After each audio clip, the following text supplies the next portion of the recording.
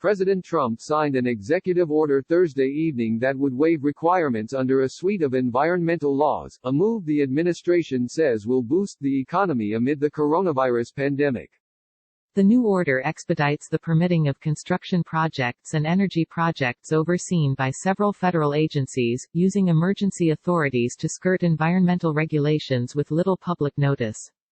From the beginning of my administration, I have focused on reforming and streamlining an outdated regulatory system that has held back our economy with needless paperwork and costly delays, Trump wrote in the order.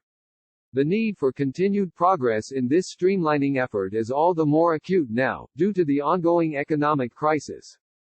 The order would slash the requirements in a number of landmark environmental laws, including the Endangered Species Act, the Clean Water Act, and National Environmental Policy Act (NEPA), which requires rigorous environmental review before building new infrastructure like highways or pipelines. Thursday's order sparked backlash from environmental justice advocates, who slammed both the substance of the order and its timing, which comes amid nationwide protests over police brutality.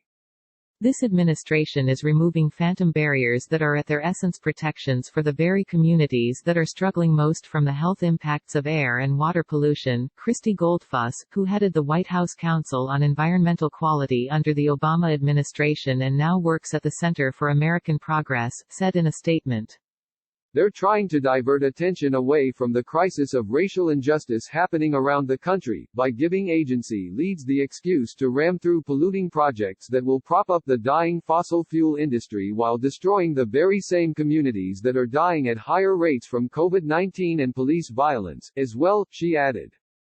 Trump's order comes on the heels of one signed last month that directs agency heads to identify regulatory standards that may inhibit economic recovery, prompting conservative groups to say the administration should further roll back NEPA.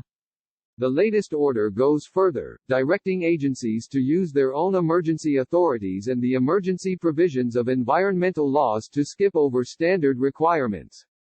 Agencies will now have 30 days to report which projects will be expedited under the order, but there is no requirement for that list to be publicized.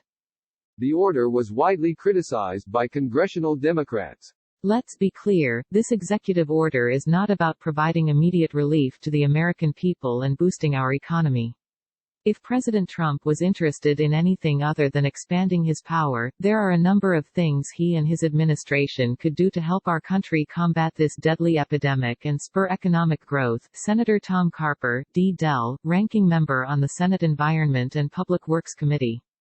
Once again, President Trump is using the pretense of a deadly pandemic and its ensuing economic calamity to accelerate his administration's agenda. Nada Culver, senior policy counsel with the National Audubon Society, said the order mirrors similar legal maneuvers used by the Trump administration to push ahead with border wall construction. They're trying to use the authority to say, "We have an emergency and it will last until this administration feels like it," and that emergency is now defined so broadly as an economic issue that it will never end, she told TheHill. "We'll keep delaying any NEPA requirements and you'll have to guess what we're approving and what we're doing." NEPA has an emergency provision that allows speedy construction of projects, but the example given by the White House Council on Environmental Quality suggests it should be used to respond to natural disasters like flooding. Lifting the requirements of the law means cutting out a number of steps. You're not conducting adequate environmental review, you're not receiving public comments or responding to public comments. You're not taking into account the value of birds, wildlife, tribal interests, community impacts. All of those things are considered a burden with this language, Culver said. The laws targeted under the order have been targeted by industry groups for years, arguing that endangered species laws are too restrictive and NEPA reviews can stall projects. The Trump administration rolled back the Endangered Species Act in August, followed by a January proposal from the Council on Environmental Quality that would limit NEPA's scope. That proposal excludes some projects, particularly those that receive little federal funding, from undergoing an environmental review. It also would open the door for more industry involvement in reviewing the environmental impact of their projects. The rule is undergoing a review by the White House Office of Management and Budget.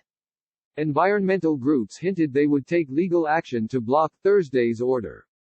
We will not let this stand, Gina McCarthy, head of the Natural Resources Defense Council said in a statement. Instead of trying to ease the pain of a nation in crisis, President Trump is focused on easing the pain of polluters, said McCarthy, who was head of the Environmental Protection Agency during the Obama administration. Updated at 7:42 p.m.